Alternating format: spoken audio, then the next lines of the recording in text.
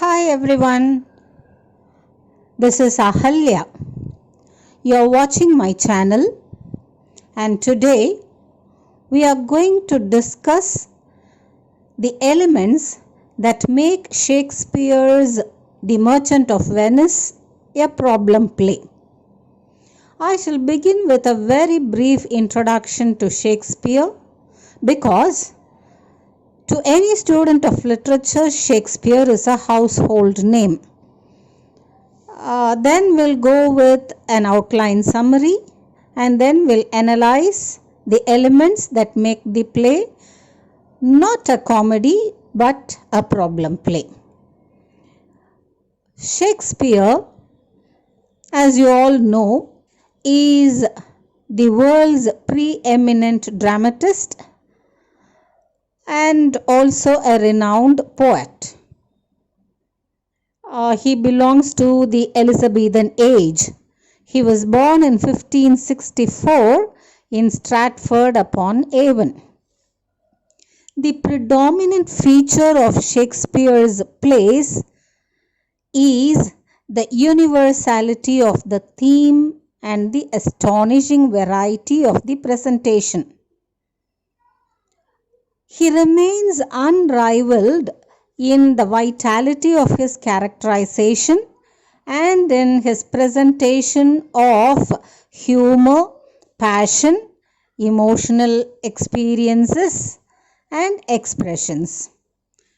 One of the famous critics, David Deutsch, he observes that there are a few characteristics that make Shakespeare the supreme among the writers. What he mentions are these. He says that Shakespeare had the true objectivity of the artist. He had the supreme craftsmanship of the man of the theatre. He possessed the human curiosity about man and his nature. He also had the extraordinary ability to conceive and create character. Above all, he had unrivaled mastery of the English language. All these make him the universal dramatist, not only of his age but of all ages.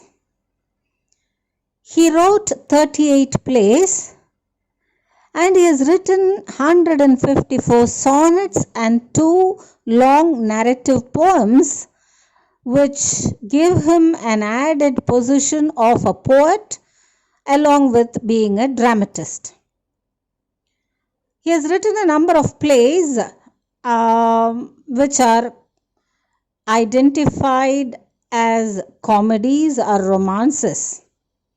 But it is not always easy to categorically say whether a Shakespearean play is a complete tragedy or a perfect comedy or a total history, because Shakespeare always blurred the boundaries between the genres. His works reveal complexity in themes and character development, so it is very difficult to put them under these 3 divisions, though the early first folio classifies Shakespeare's plays only into these 3 categories, as tragedies, as comedies, and as histories. Let's have a look at the summary of the play. Antonio is a merchant in Venice and he is the titular hero. Bassanio, a young Venetian, is his friend. He is in need of 3,000 ducats so that he can woo Portia, a wealthy Venetian heiress. He wants to woo her in style, and so he approaches his friend Antonio for a loan. Antonio at that point of time does not have enough money because he has invested all his wealth in ships which are currently at sea. Anyhow, he gives his friend a suggestion. He asks him to raise a loan from someone else and he promises to sign collateral for him. Bassanio goes to the Jewish moneylender Shylock. Shylock hates Antonio because of Antonio's anti-Semitic behavior towards him. Antonio, on any other occasion, would have been reluctant to do business with Shylock because he also hates Shylock who lends money at interest. Now, for the sake of his friend Bassanio, he is ready to sign a bond. Shylock agrees to make the short-term loan, but in a moment of dark humor, he lays a condition. According to the bond, the loan must be repaid in 3 months' time, or else Shylock will be entitled to take a pound of flesh from near Antonio's heart. It would have shocked anybody else, but Antonio agrees because he is confident that his ships will return in time and he will be able to repay the loan. So this is how you find the three major characters brought on a common plane and involved in the major plot that forms the crux of the play. In Belmont, Portia, the beautiful and intelligent heiress, is waiting to execute the terms of her father's will. According to that, any suitor must choose from among 3 caskets, one of which contains a portrait of her. If he chooses, he may marry Portia, but if he does not, he must promise never to marry or court any other woman. The princes of Morocco and Aragon fail in the test and they get rejected. Portia is anxious. At that time, Bassanio prepares to travel to Belmont to try his luck. And in a subplot, you find Bassanio's friend Lorenzo in love with Jessica, and Jessica is Shylock's daughter. She elopes with Lorenzo, a Christian, and when she elopes, she takes away the jewels and money, much to the anger and rage of Shylock. Bassanio makes the right choice, containing Portia's picture, and Portia happily agrees to marry him immediately. When there is joy around, there is a sad news. News comes that Antonio's ships have been lost at sea and he will be unable to repay the money. Shylock attempts to use justice and he appeals to the court to have the terms in his bond. He demands his pound of flesh. Part of Shylock's desire for vengeance is motivated by the way in which the Christians have banded together to help Jessica's elopement with Lorenzo. It is at this time Portia arrives in disguise to defend Antonio, and Shylock's plans are foiled. She comes disguised as a lawyer and turns the tables on Shylock by her legal quibbles. She tells Shylock that he can have the pound of flesh, but he should never shed a drop of blood.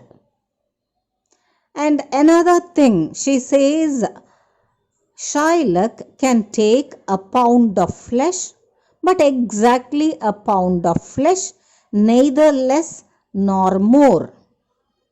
Shylock is denied his suit. He is ready to take the money Bassanio is willing to offer him. Actually, Bassanio is willing to offer even twice the sum he has borrowed. But Portia stops Bassanio from giving the money.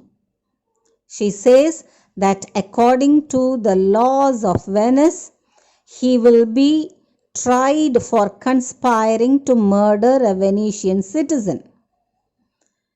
She says that all his wealth would be confiscated.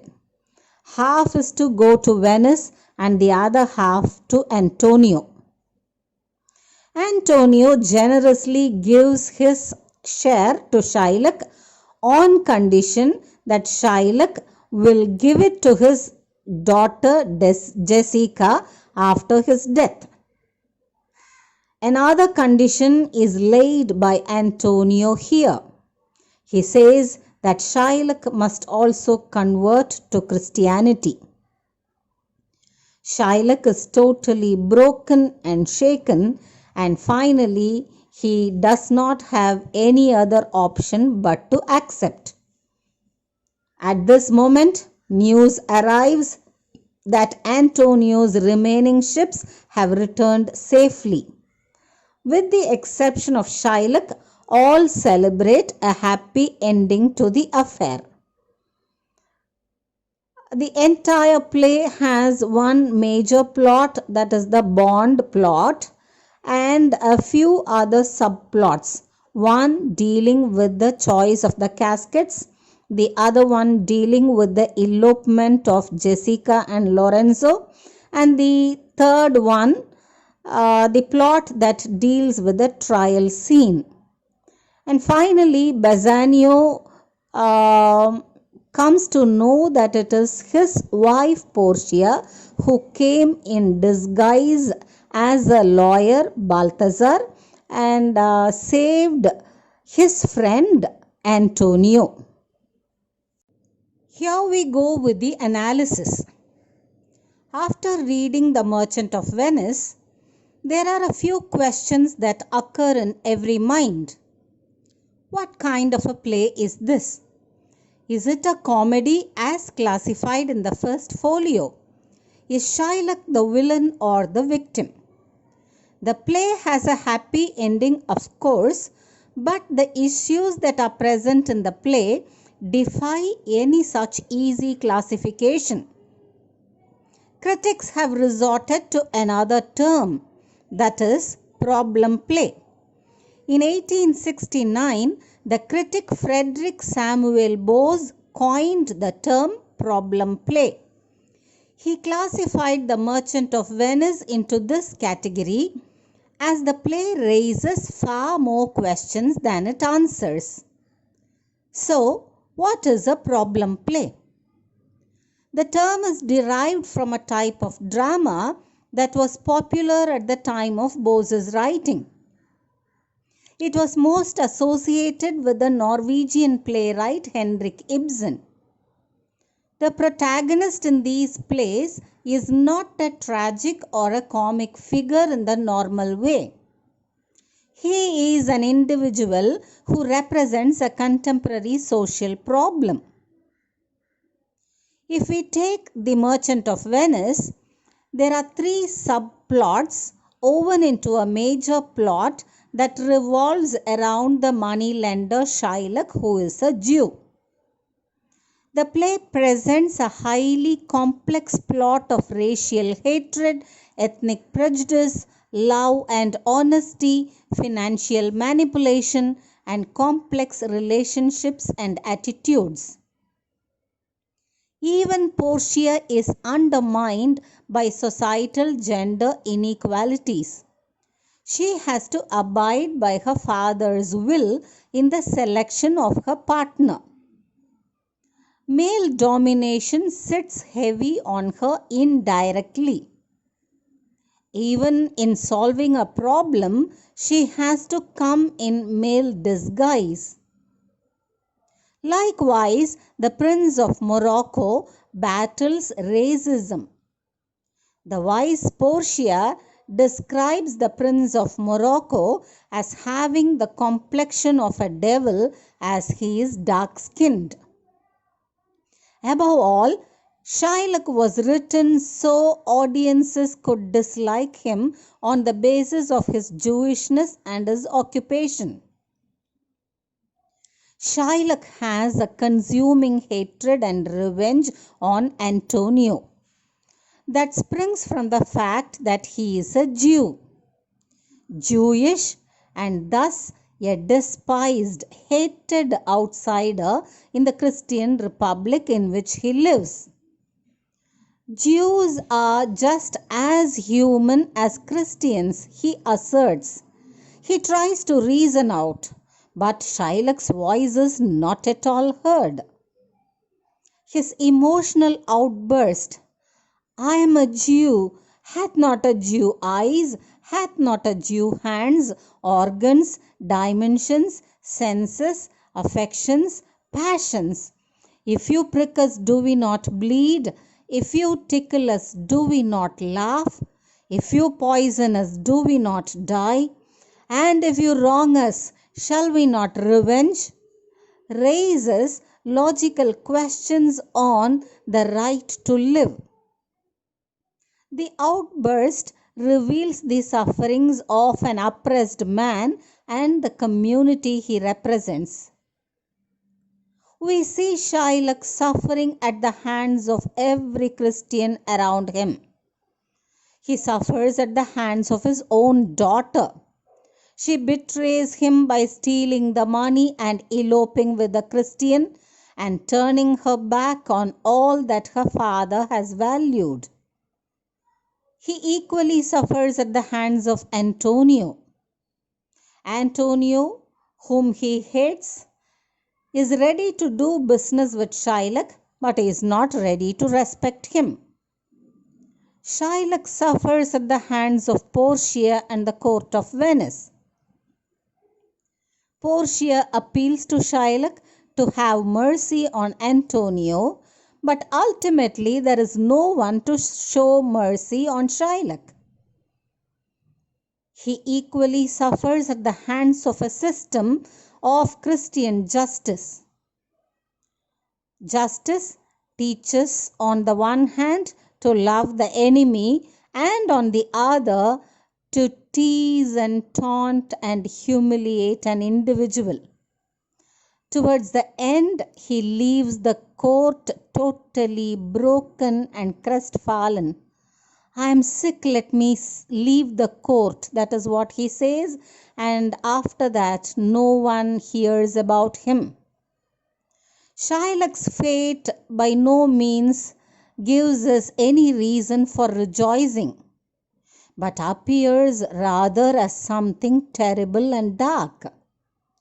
Maybe the defeat of Shylock entertained the Elizabethan mob, but after the events of the Second World War, many people could not see any comedy in the humiliation, mockery, and forced conversion of the Jew Shylock.